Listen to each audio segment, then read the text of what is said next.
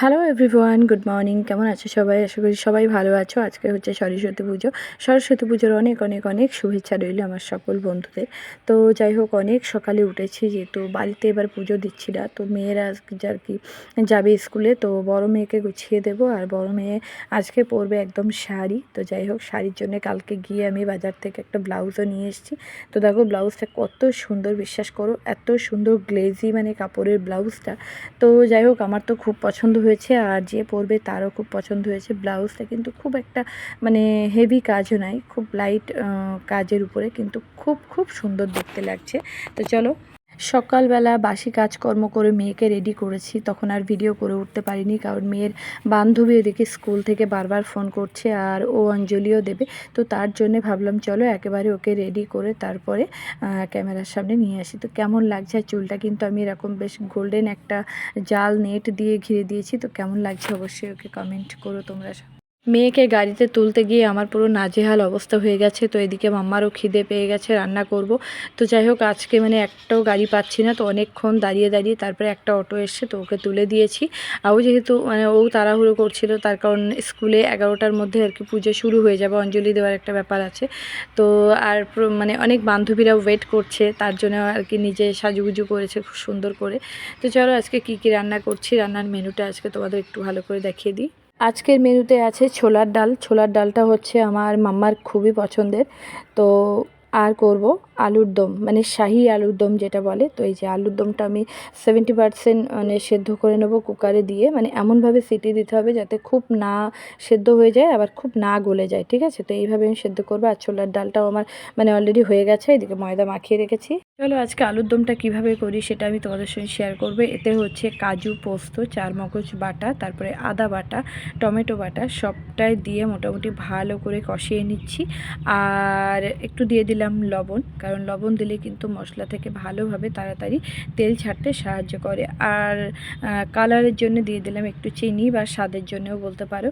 তো তারপরে বেশ আলুটাকে আমি ওদিকে জল ঝরিয়ে রেখেছি। আর এদিকে আমি একটা মশলা মানে বাটিতে করে রেখেছি, সেটা হচ্ছে জিরের গুঁড়ো, আর হচ্ছে একটু হলুদ, আর হচ্ছে একটু আলুর দমের মশলা। তো এই দিয়ে আমি করে ফেলেছি। তার মধ্যে দেখো একটা দুর্ঘটনা ঘটে গেছে, মানে রান্না করছি, কি বলবো, মাম্মা আর কি পা কেটে চলে এসছে।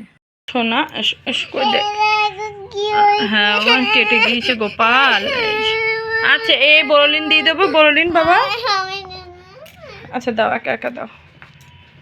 দেখো কেটে গেছে, মানে ছাদে দৌড়াদৌড়ি করছিল, আর ওই ছাদে আমাদের মানে ইট আছে, সেটা ইটের ওখানে অনেক কেটে গেছে, ঠিক আছে? তো এই যে এখন দেখো এতটা ও স্ট্রং, মানে একা একাই বোরোলিনটা লাগাচ্ছে।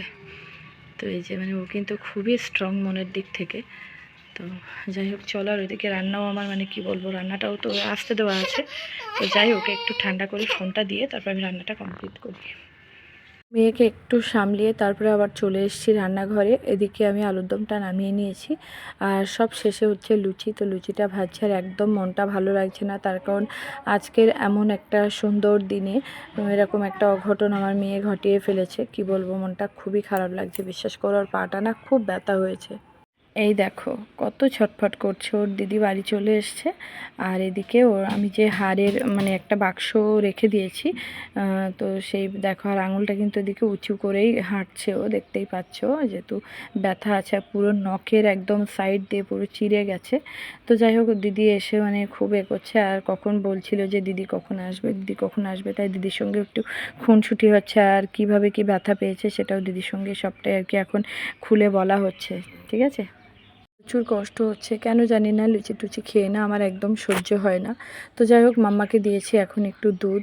আর আজকে একটা কথা তোমাদেরকে বলি, সরস্বতী পুজোর ব্লগটা তোমরা বলতে পারো হয়তো কমেন্টে যে অনেক আগে পুজোটা হয়ে গেছে, কিন্তু ব্লগটা আজকে দিচ্ছ কেন? বিশ্বাস করো, আমার শরীরটা একদমই ভালো ছিল না। আর রিসেন্টলি আমার শ্বশুর মশাইয়ের শরীরটা একদমই ভালো যাচ্ছে না, সেই জন্য একদমই মানে সময় পাইনি, তাই আজকে দিলাম। প্লিজ কিছু মনে করো না। আর এদিকে দেখো আমার নতুন ব্ল্যাঙ্কেটের অর্থটা মানে ছিঁড়ে ফেলেছে, ঠিক আছে?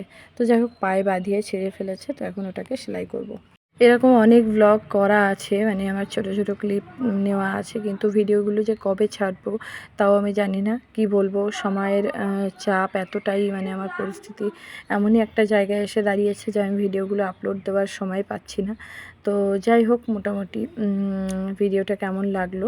আর এদিকে দেখো তোমাদের দাদাভাইও খুব ক্লান্ত, ঘুমিয়ে পড়েছে, মেয়ে ওদিকে ফোন দেখছে, আর আমি মাম্মাকে নিয়ে একটু আদর খাচ্ছি।